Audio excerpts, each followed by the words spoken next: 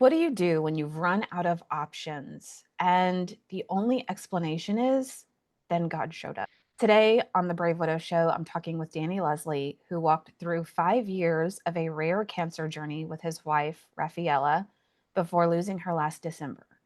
Danny shares the raw realities of caregiving, the grief of raising kids without their mom, and the unexplainable moments of provision that became anchors for their faith. He also created a book from Rafaela's own writing, her real words in real time, called Thank You, Cancer. This episode is heartbreaking, hopeful, and deeply human. All right, let's dive in. Danny, if you don't mind, if you would just introduce yourself, share a little about what you do, then we can jump on your story wherever you'd like to start. Okay, thank you for having me. I'm so appreciative of the time, and it's just an honor to be here and talk about all of this because it's a hard season. But my name's Danny. My wife, Rafaela, battled vulvar cancer, which is a rare form of cancer, for 5 years. She passed away December 12th of last year, so we're coming up on a year now.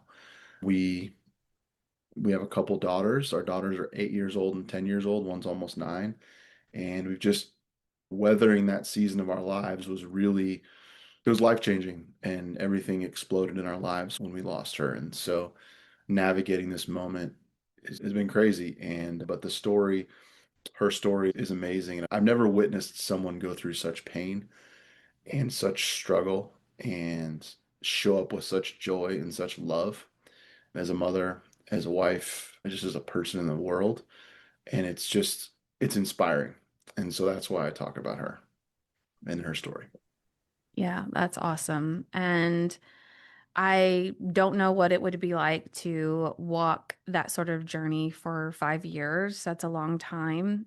And people have so many different experiences, whether they expect it to be terminal or they expect that they're going to be healed and everything is fine. But what were those 5 years like as the two of you were just trying to navigate it together?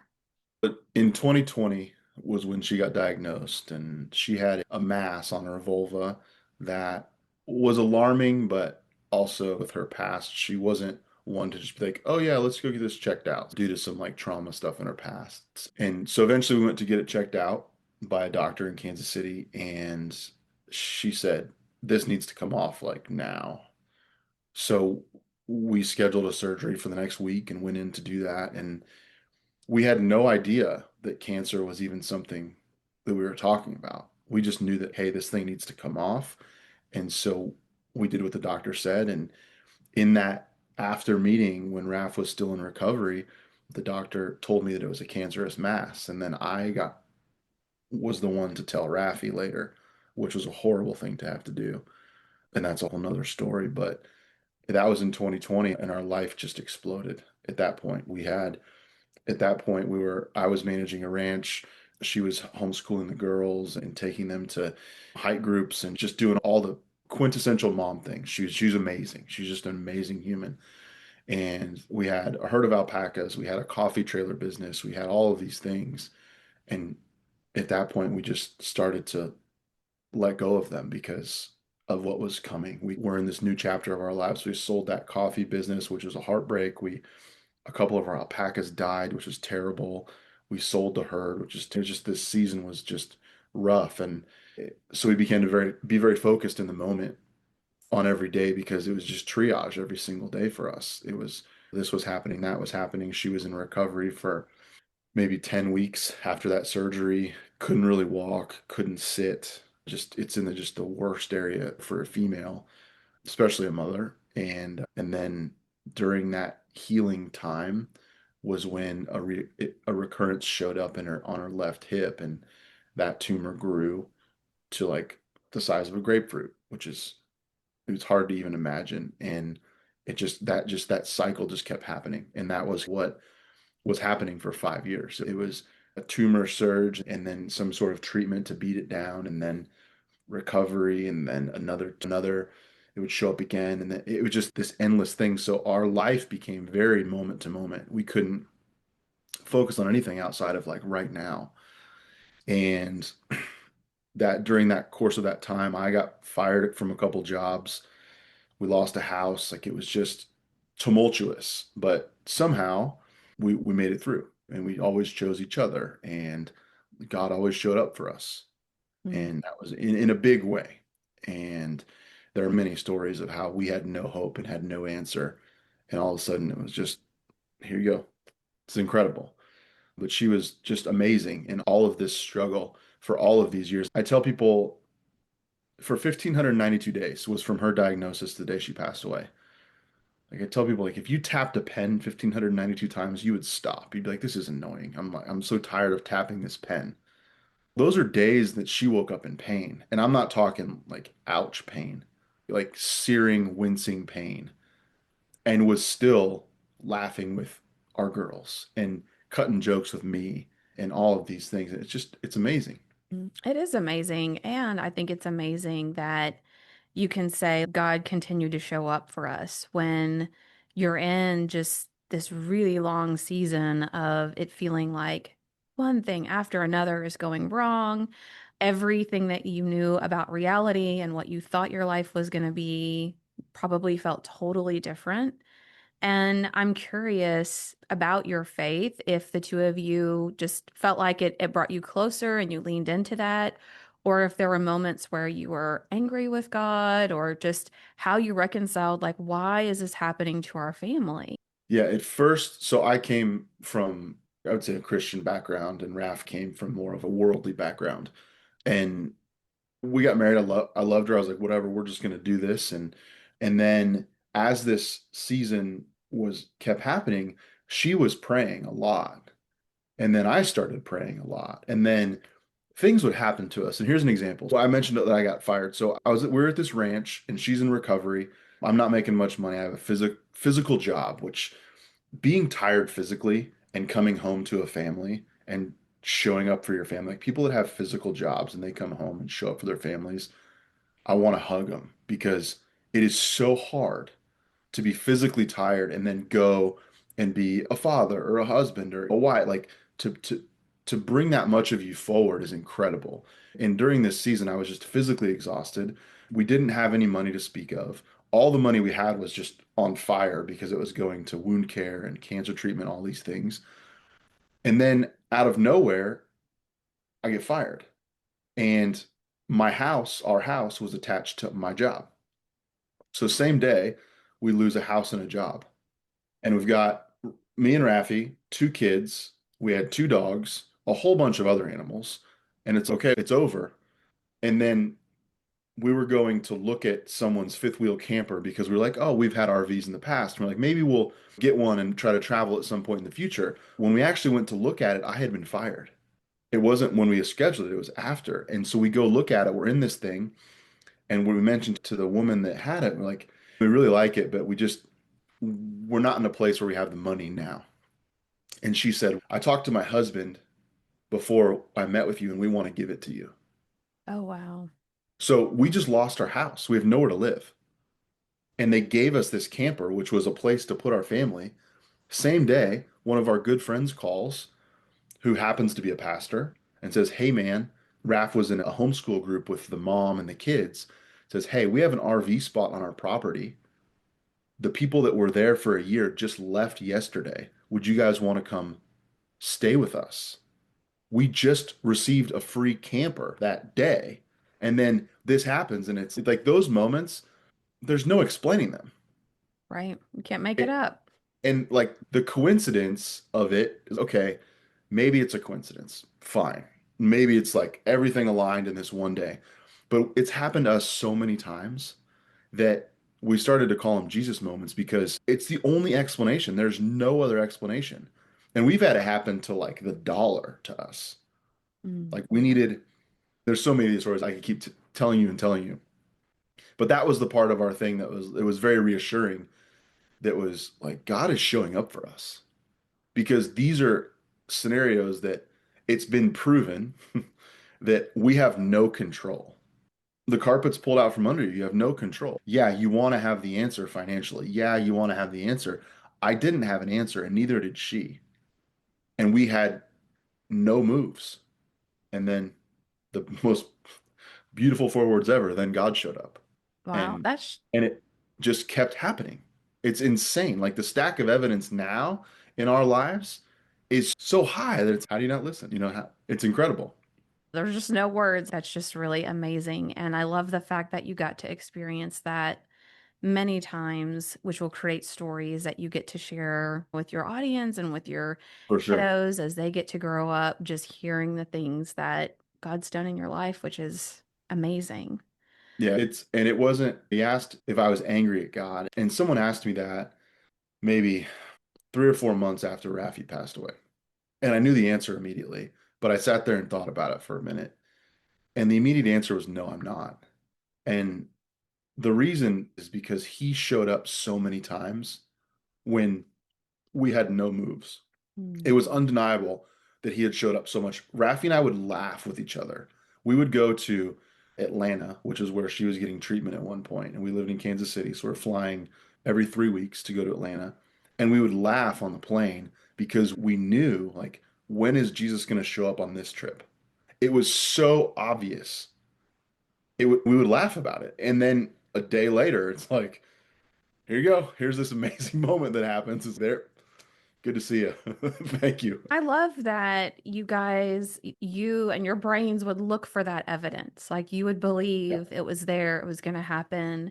And so you don't look at it like, oh, that was a random fluke or that was a coincidence. You're like, oh no, this was the time Jesus was going to show up for us on this Yeah. trip. Like that's That's a big really, that's a big thing that I learned a long time ago in like the coaching space was that like everyone tells themselves a story in their head. Like we're always doing it and it's just a human thing, right? And it's built on your experiences and your beliefs and all these different things.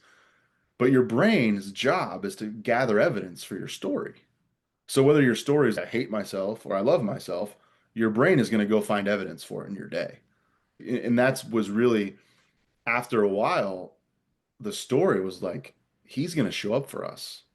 yeah, And here's a stack of evidence to prove it. It's incredible. yeah. So I'm curious, as you are, both of you are walking this journey together, Yeah. did you ever feel like, oh, I have to be the strong one, I have to be the positive one, I want to make sure she doesn't worry about me? Did you have any of those reservations, or did you feel like you could be completely open and honest about your own fears and worries and doubts and just what the future might look like if things didn't work out? So our communication was very good. Like we talked about all the hard conversations and we were very open about those things. And that was an earned thing. We went through times where we were learning about how to communicate and that happened over time. But we both are very resilient people and very stubborn people. So that boded well in this season because we just weren't going to quit. And the greatest choice we made that was that we just chose each other every day, regardless of what external forces were there. We're like we're choosing each other, and that's what we did the whole season. And now there were moments in I would say her decline where I would have a doubt or a fear or something that would bother me that I would keep that from her. I didn't want to break her spirit. I was always trying to be very positive for her and show up for her because she was showing up for herself and the amount of struggle she was going through is immeasurable. And so I was very cognizant of trying to show up in a helpful way. And of course I failed and but over time I think the effort was always there trying to push forward and help her. But I think it's so hard to go through a season like that and not have fears because you're not in control. And everything we did, one of the hardest things for me was admitting that I wasn't in control and I couldn't fix it for her. It wasn't, there's not enough money.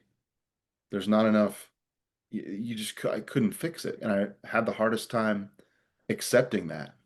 It just it moves outside of your control. And that's where it's so easy to look to God in that moment because you have no handles. And so I feel very fortunate that our story was the way that it was. I don't like that I lost her. When something moves outside of your control, the only answer is God because there's no fix. And that was a beautiful thing in the story looking back. When you're in it, it's complete panic all the whole time. It would be really difficult to live in surrender. That's why a lot of people who share a story of walking this type of journey together is you almost have this, we don't want to give up hope, like God can do a miracle. And so if we talk about the realities of what might happen, then maybe we're not being faithful and we're not believing that He can do this, or we just don't want to face the reality of what could actually happen, or we want to look for answers in all of the places. And of course, any normal human would. And so it just would be so difficult. Like, I can't imagine, but it would have to be so difficult to, like you said, 1,592 days of I have no control. We're living in surrender. And maybe we don't even know how much time we have together, or it's that emotional roller coaster of things are getting better and then something else shows up and then we have another scan and what's that going to show? And Yeah. that would be exhausting. Yeah. It's a very lonely place to be too. We decided to speak about it in the beginning, like in 2020, just because it was so much to hold on to and to feel like you could bear, because all of your relationships in your life tend to start like fading away during these times because your communication to them is less because you're so triage oriented. You're so oriented in the moment that you don't call your buddy or you don't see your friend or it just doesn't happen. So it's very lonely. And we started to talk about it, and that was where it started to get, we started to feel people surrounding us, and that was really helpful because it's such a challenging moment. And you, like you said, you have no control. And, but And yeah, and do you mind to share like the last few days with her or I try to always say in the kindest way possible, it never ends like you want. And it's a horrible realization to have. But so her last week, she was on hospice. She was in a bed and she never got out of the bed. Her condition, so there was the tumor load. The tumors caused, I believe this is correct, her parathyroid to release a hormone that pulled calcium into her blood. So calcium in your blood causes an issue where it's damaging to your heart.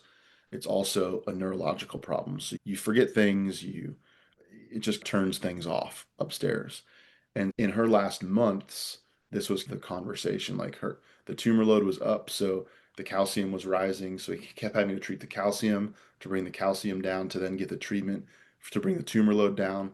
But the treatment for the tumor load wasn't working, so it wasn't bringing it down. So then the calcium would go back up, and it was just these laps around this track that were so costly, and and it was like the writing was on the wall, and that was a very hard thing to bear because the logic of I see what's happening here and we're just going to walk this out is a very hard thing to do.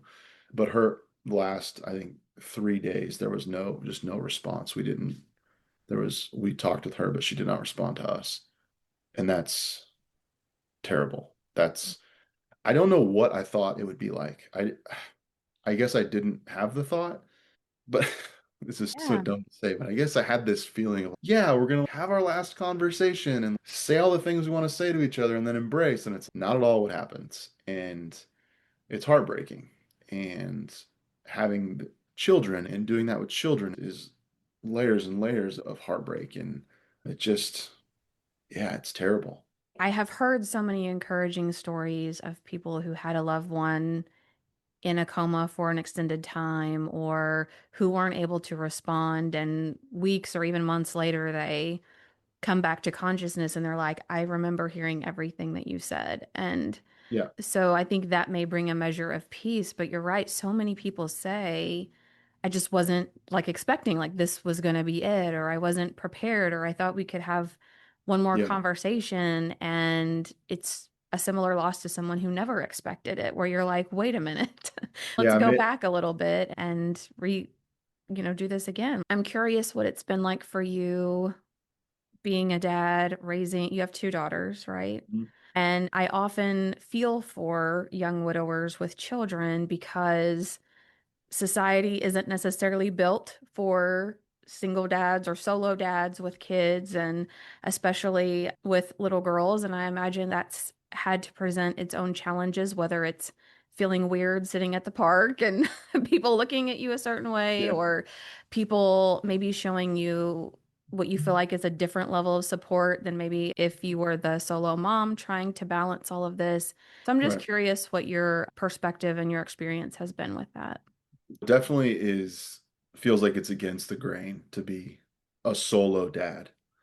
Most of the time, people are single dads where the kids will go to mom for care. It's like a back and forth. When you're solo, you pick up all the slack, and that's really challenging. The one thing that I would say has worked somewhat to my advantage is that the last years that she was with us were very logistical because she wasn't able to do much. So I was cooking, I was cleaning. I had help, of course, but I was taking the girls out during the day. So that was helpful in the logistics of now because I have to do all that as well. But it's very hard. The part that I believe is the hardest for me is the parenting because I am a person that, like, if I'm sick, I go about my business and I do the things I need to do. Like, I would go to work and if I was sick because that's what you do. That's not how it is when my daughter gets sick. Like yesterday, she was home from school all day. Okay, change your schedule because you know what I'm saying? So these are things where I have to really lean into the nurturing thing, and that's hard because I'm not wired that way. But they don't have anyone for that. So and I get, then there's the moment of that kills me every time that if let's say there's a disciplinary scenario where one of them's acting up or they're both acting up and then it's, hey, you guys need to cut it out. And then they don't. And then it's okay. Now there's discipline. Then typically the child in question gets upset. And then sometimes there would be like a tantrum. And then that whole exchange is frustrating because everyone's tired. Every parent knows this scenario. It's like everyone's upset.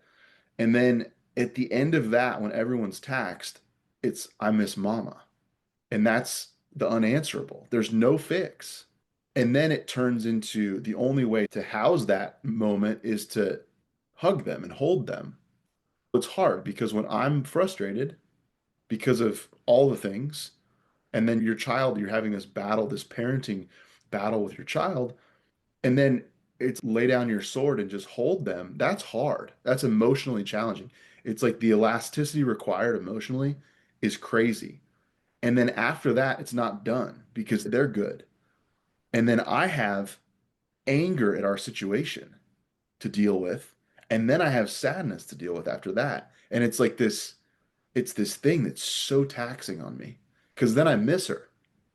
And And it's the same thing for me. There's no fix. yeah. And I'm sure it's the sentiment of I shouldn't have to be doing this alone. They shouldn't have to be missing their Yeah. mom. Yeah, No little girl should lose their mother. And I realize it happens, but it's if there was anything unfair, it's losing your parents. yeah. But I can't fix it. And that's horrible. But that's the reality of every day. And it's every single day. We're 11 months out and we battle it every day and it's exhausting and it's so heavy all the time. So that's where it makes me angry. But then who are you? There's no place to put it. I'm not angry at my kid.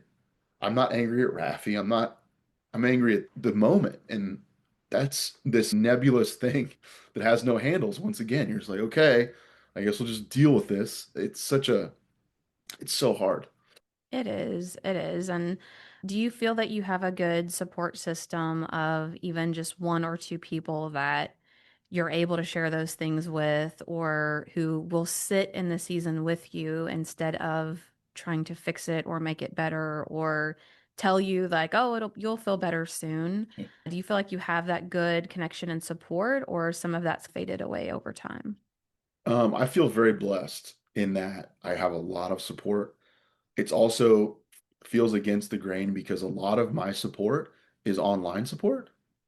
I know so many people that have lost someone because of like online presence, and it's beautiful because I'm very candid and very raw in what I write. I don't know if you've seen any of it, but I'm not holding punches. And people show up in big ways. And I have people locally that I've found through online but that are supportive. And I have a lot of people that check on me all the time, and it's a gift. And but it is so lonely all the time. And if you don't have that, I don't know what I would do if I didn't have those people. Yeah. And I'm so grateful for them. And yeah, That's awesome because so many people do feel that they come to a point in their life where no one else can understand and they're uncomfortable, like your sadness or your anger and all of these things. It's, oh, I don't know what to do with that or how to help, or yeah, like they're not willing to just sit in it with you, which is right. sometimes just what we need. It's everything. I've had a few friends that I always say Simon Sinek says it really well. I don't know if you know who he is, but he said he was talking about friendship and he just said, we just need people to come sit in the mud with us.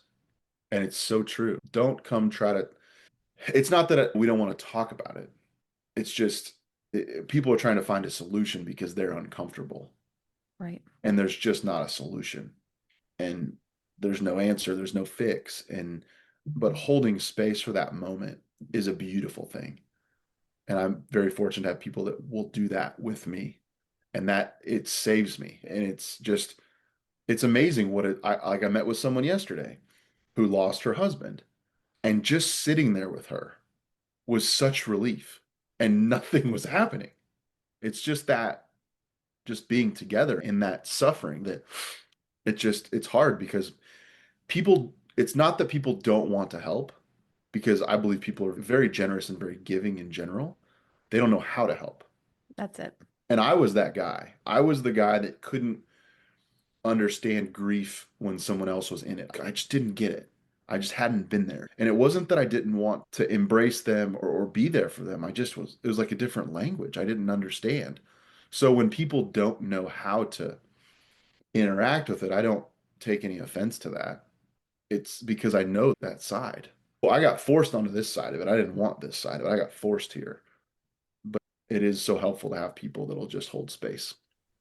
Yeah, it definitely is. And you have also created, I think, a space for people to come together and to show their support for you or for each other.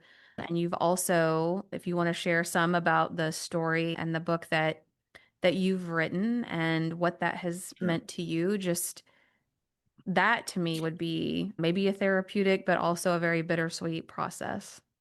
Yeah, so I started to share online because I knew that writing would get the storm that was inside of me out. And that was it. All I knew was that. And so I started to do it. And then it started to get a little bit of traction. And then now it's gotten to the place where it's become this space where people share. And it's so beautiful because I never intended that to be what this was. I was literally just doing it to just get rid of all the mess inside, or at least make sense of it. And it's become something beautiful where people give me so much support. It's insane. But then I notice people are supporting each other. And what a beautiful place, because in our day-to-day lives, I posted a while ago these possums that like fall down. It's like when you bring up grief, people run. They don't know what to do. And it's very isolating for us. And so it's become such a beautiful place. And I'm so proud to be a part of it. But in the sharing and in the writing, Raffi and I always wanted to write a book. And it was probably in 2021, I would say, that we started to talk about writing a book. We also talked about a podcast and all these things, but we both had this real heart for sharing because of others that come behind us that have the same experience, just hasn't they haven't gotten there yet. And we've both been in this space. She was a teacher of little kiddos, and I've spent a long time in the fitness business coaching people and personal space. So we knew that like there's a place for people's experiences for others to learn from. So let's talk about it. We weren't shy about talking about it. We always wanted to write this book. And the point of the book in our minds was that we were going to tell a story, and she, as the one going through the cancer, was going to talk about her perspective. And I, as the caregiver, was going to talk about my perspective. And we our love and our marriage was going to be the link in the whole thing, and it was our journey. We never got there because life didn't go the way we wanted to. So the one thing that did happen was she wrote the entire time that she was ill. And she was writing journal entries, very focused, raw, intimate entries about what was going on in her life. I was writing the same things, but I was writing from my perspective, of course, and she was writing from hers. So after she passed, there was this massive emptiness in our lives, understandably.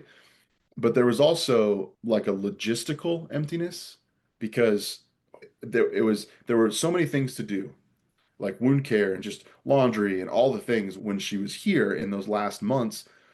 So when she wasn't here anymore, there was just like this space that there was, what am I going to do with all this time? And it was terrifying. And then the girls began school, and then it was more lonely, and I'm just left to my own devices in this house, freaking out, like I didn't know what to do. So I knew this is when I began to write. I was like, at least I can just get this stuff out on paper. So I began to write, and I began to write like on Instagram, just this type of stuff. And then along the way, I remembered that we wanted to write a book. And I didn't set out to do this, but I started to think about how could I still do this book that we wanted to do for all these years. And I started to look at her entries, her writings, and I found a ton. And so what I did was is I dropped all of her entries into a timeline over 5 years. And what you had was like very focused posts, right? Where it told a story, but the only reason it told a story was because I knew the rest of the story, right? It was like it was missing all kinds of stuff. And then so what I did was I went through and looked at my writings and I took the ones that pertain to hers and put them in the story as well. So what you have now is I would call it a patchwork quilt of a story, and it's much more filled out, but still there's, man, how do you get from here to here? There's I don't understand. So I went back and those all those accounts that were written were in the moment.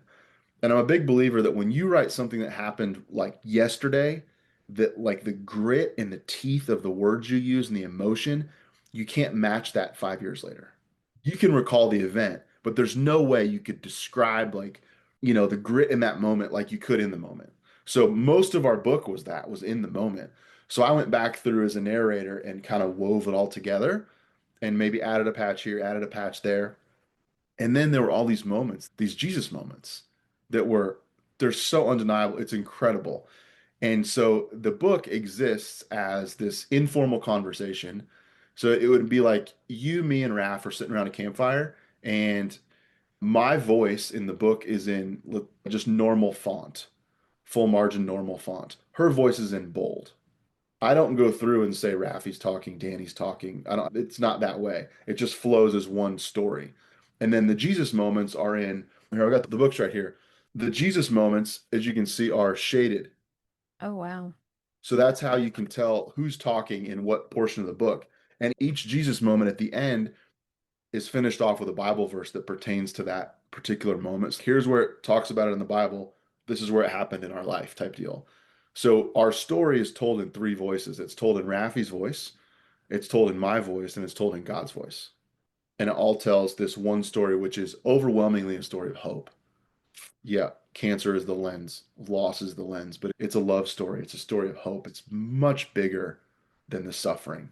And that's our book. So I was able to put that together after she passed. And then now it's here and it's a thing and it's crazy. And our kids wrote in there. So it's literally our family brought this book together. And it's a beautiful thing. And I'm so proud of it. And I've never been so proud of anything in my life because we always wanted to do this. And when you have a goal as a couple and your person dies, so does your goal. So do all the things you were looking for. And that's hard to deal with. And so this was one thing that I could still check off the list. And it was done in a way that was, it's her voice. These are her words. They're not, in her words, there are spelling errors, there are grammatical errors, there are typos. I didn't correct any of those because that was how she wrote it. And granted, she didn't write it for a final draft. So maybe that's unfair. She was a much better writer than all these errors, but I felt like it was important to put it in there that way. Yeah. So very literally, you can see it's probably backward. It might be backwards, but that's No, her no, name, you're good. and then my name's right there. So we're co-authors, which is it's such a beautiful thing. And yeah, It's just such a beautiful way of looking at something you both wanted to do together. yeah, And in a very real way, she was doing it without even knowing that she was actively participating in that or would be in the future. And yeah. it's going to be a beautiful gift for your family and then for all of the people that read it and get to experience those Jesus moments and those interactions together. Like that, I think it's amazing. Yeah, I have. It's interesting because there I've heard from people that have read it and they've said things like, I feel like Raffi's in the room when I'm reading it. And Mhm. then many people have said, I feel like I have a friend in her. And I'm like, how crazy. Her voice, it's still speaking to people. And it's such a gift that I never saw coming. I didn't do it for this, but it continually, every day, I'll get a message from someone and it's your book changed my whole perspective. It changed everything. It's just a really cool experience. Yeah. I love that. So tell people maybe they're not watching, maybe they're just listening, the name of your book and where they can find it. And then I'll be sure to put all the links in the show notes too. Sure. So the book is called Thank You, Cancer. There is a comma after thank you. That's a very important thing. I realize it's a polarizing title, but that's what it's called. And there's a very good reason for the name, but I'm not going to tell you the reason. You have to read it, but it is in the first fifth of the book. So there, if you're in the US, all of the US orders come through me if they're paperback books. So there is a link. It's Blue Hat Publishing is the publisher, and you would order it from that link if you're in the United States. If you're outside of the States, it's on Amazon. Okay. And Perfect. And there then, is a Kindle version on Amazon if you're in the United States. If you want Kindle, you can find it on Amazon. But also, if you're in the US, I will personalize the book for you. I really do care what people think of the book. I really do care to hear from them. I ask everyone to please tell me your experience with the book, and I'm not kidding. Like, I really want to know. And a lot of people don't. The amount of books that are out there and the amount of people I've heard from, there's a discrepancy there. So either they haven't read the book or they're not telling me. But I would really like to know. It really matters because there's so much heart in this book. And it is so raw and vulnerable and intimate. To have it out in the world is a crazy experience. yep, that's amazing. And then where can people go to connect with you or follow you along the journey? I know we connected on Instagram, but is that the best place or are there other places that? Probably Instagram is a great place. So Momentum with Danny is a great place on Instagram. Also, I've had a lot of people ask me about an audiobook for our book, and I really am at an impasse with that because Raffi's not here to read her voice. And I don't want someone else to read it, and I don't want to do it with AI. I just can't figure out a way that seems genuine to me. But I have started writing on Substack. I don't know if you're familiar with Substack or not. Yeah. It's amazing. It's more of like a writer's haven. So I also have written a lot of poetry, which is weird, but the pain has poured out as poetry. I just That's just how it showed up. So I've been writing on Substack and I'm going to keep writing on Substack. But the reason I'm telling you this is because I'm also reading the book on Substack. Oh, So I told all the readers can go there and I'm basically reading chapter by chapter. So it's not like an audio book, but it is an author read thing and I'm not editing it. So it is very raw. It is very intimate. If my voice breaks, if I cry, I'm not stopping. I'm not trying to make it professional and perfect. I think that's part of the deal. I've also not read the entire book cover to cover yet. So it is my first read through of the entire book.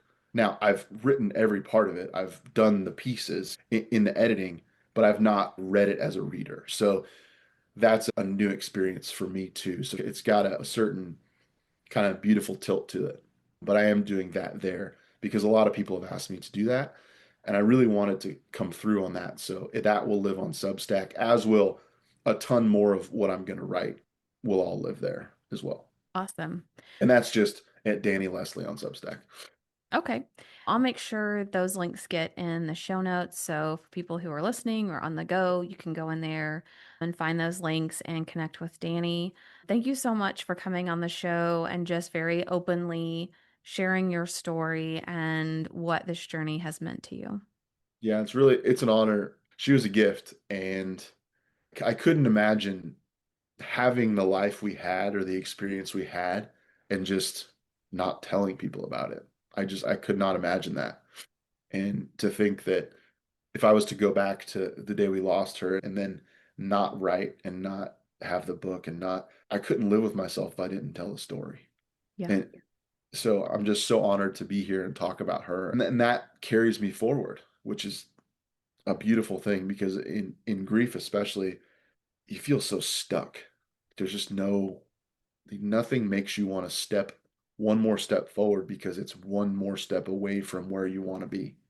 And that's such a challenge. And in this season, I've learned that there's a great quote by Andrew Garfield. I'm sure you've probably heard it.